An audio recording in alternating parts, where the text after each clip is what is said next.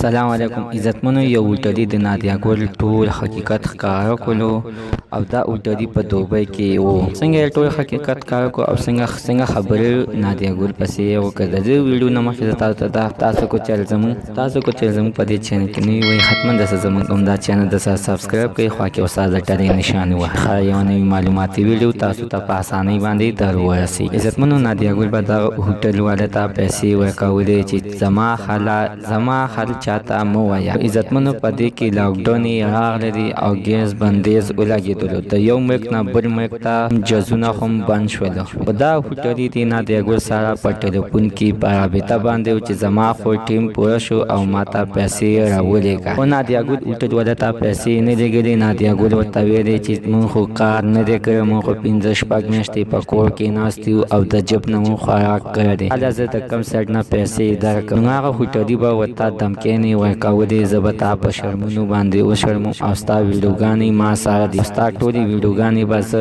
یعنې په فیسبوک او په یوټیوب باندې به یې شیر کړم. نو نادیا ګل ورته په جواب کې ویلې چې څه کولی شې وې که زه د ستا د یو کار نه هم نه یېرېږم. نادیا ګل ته د دې خبرې علم نه و چې د ما نه خفیه ویډیوګانې شوي دي. نادیا ګل به چا سره غلط کار کوو بېقاعده د هغه کار کوونکي نه او د نادیا ګل نه به ویډیو خفیه کېدله. خو عزتمنو اخر نادیا ګل هغه هوټلي ته کنځلې وکړې. هوټلي راپاڅېدو او د نادیا ګل ټول حالات بیان کړلو چې دا دغه شانتې غلطه ښځه ده. دې به خلکو سره یوه شپه په $2,500 باندې کول او زما په هوټل کې ځان نه سپېشل یوه کمره نیولې وه. تر اوسه پورې د 6 میاشتو د هغې کمرې پیسې ورپسې دي او ما ته یې یعنې د کمرې د کرایې انکار وکړلو. منو زموږ نننۍ معلومات ته د دې پورې د نوي معلومات دپاره زموږ همدا چینل د سره سبسکرایب کړئ.